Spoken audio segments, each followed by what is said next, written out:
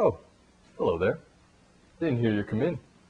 You're just in time for this week's show. Today, we're going to be looking at the climate change crisis of the 21st century. While you undoubtedly know a little bit about it, we're going to take a deeper look into how this issue arose and its major implication: justice. Justice for other species, and the justice for people at the time, as well as in the future. For fun, I also dressed up in period clothing, decorated my apartment, and I'm using something called a book. Now, this may seem a bit foreign to you, but a book contains no microchips or electricity. So let's start from the beginning. For most of Earth's history, climate change has been a natural process, with the Earth warming and cooling over millennia. We know this because the Earth has experienced a number of ice ages, broken up by warm periods, such as the one we're living in now. But what caused this warming and cooling? Scientists discovered that it was a natural process due to changes in the CO2 content of the Earth's atmosphere. But it wasn't until the mid-20th century that scientists started to gather data on CO2 levels in the atmosphere. With the technique of extracting ice core samples from glaciers, in 1986, scientists were able to measure CO2 concentrations over the past 100,000 years. Scientists saw an unusual and worrisome trend in CO2 concentrations of the Earth's atmosphere. Levels were particularly high at the end of the 20th century, suggesting that recent increases were not a natural phenomenon. Scientists speculated that a rise in CO2 was attributed to industry, since industrial production releases CO2 into the atmosphere as a byproduct. CO2 on the one hand is good, because it helps the Earth remain warm and sustain life. But too much CO2 increases the Earth's average temperature. As levels of CO2 climb, trapping the sun's rays, it essentially makes the Earth like a greenhouse, coining the term greenhouse gas. It was found that rates had increased so dramatically in the last half of the 20th century, actually showing a tenfold rate of increase not seen in at least the last 650,000 years. It seems the story of human-induced climate change begins with the dawn of the Industrial Revolution in the late 18th and early 19th centuries. That's when Western European countries, followed by North America, started to modernize their societies through industry.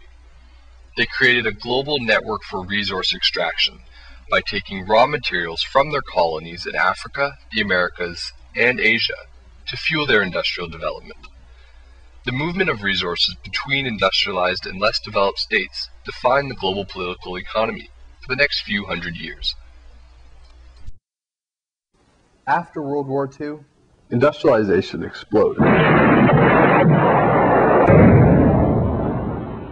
This occurred in the industrialized states recovering from the war. It also occurred in the newly independent states, who saw industrialization as a means to catch up to the first world countries. The developed states also encouraged these less developed countries to catch up through industrialization, based on the assumption that it would lead to greater peace, stability, and prosperity in both the first and third world. A key element of this strategy was global free trade and the integration of markets, which would allow for free exchange of goods. It was assumed that the total wealth of the world would grow and everyone would benefit. So the theory sounds good, right? Everyone benefits? But remember, it's a theory, and the way theories usually play out in reality can often be quite different.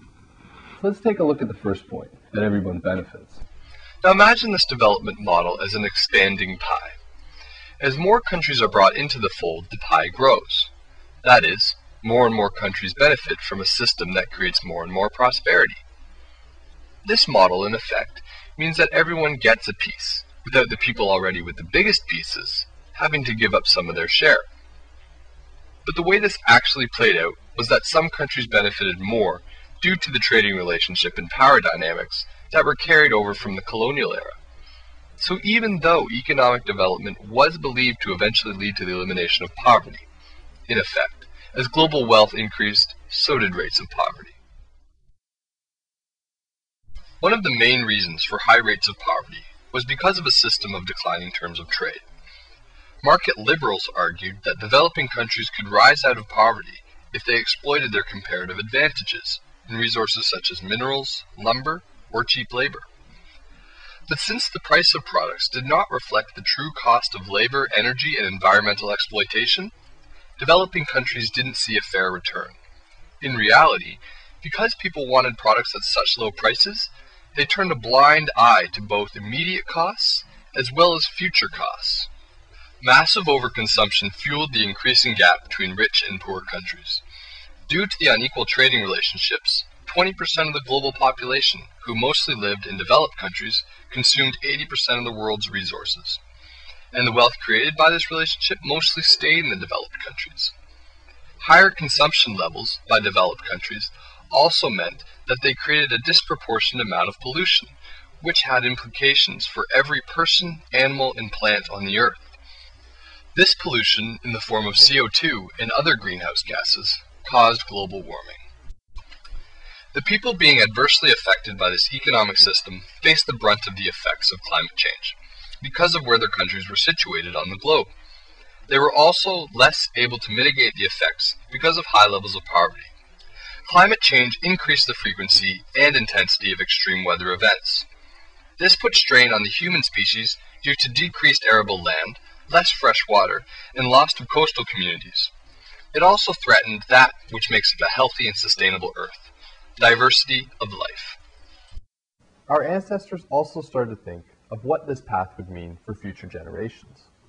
They started evaluating what their behavior meant for their children and their children's children. They started to realize that their development was not only unsustainable for themselves, but also was a death sentence for those who would be relying on the Earth's resources in the future.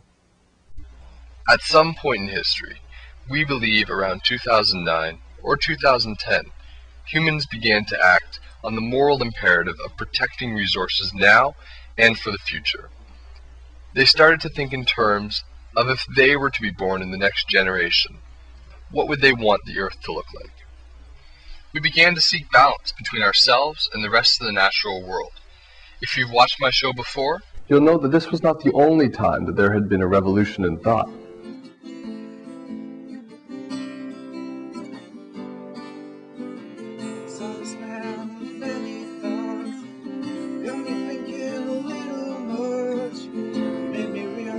Time is scarce. Made me think of what we can spare with a little trying, with a little thinking.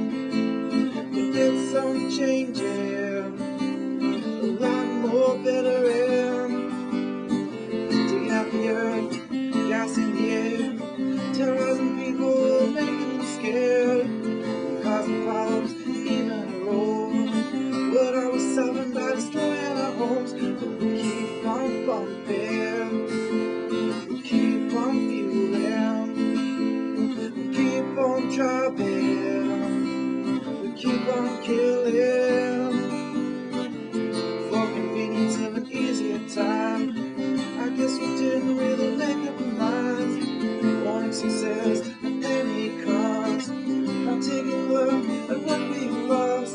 Forget every notion, every notion.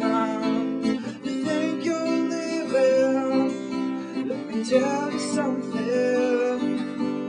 Keep on failing, but don't stop changing. Don't stop dying. The time is coming, the time is coming.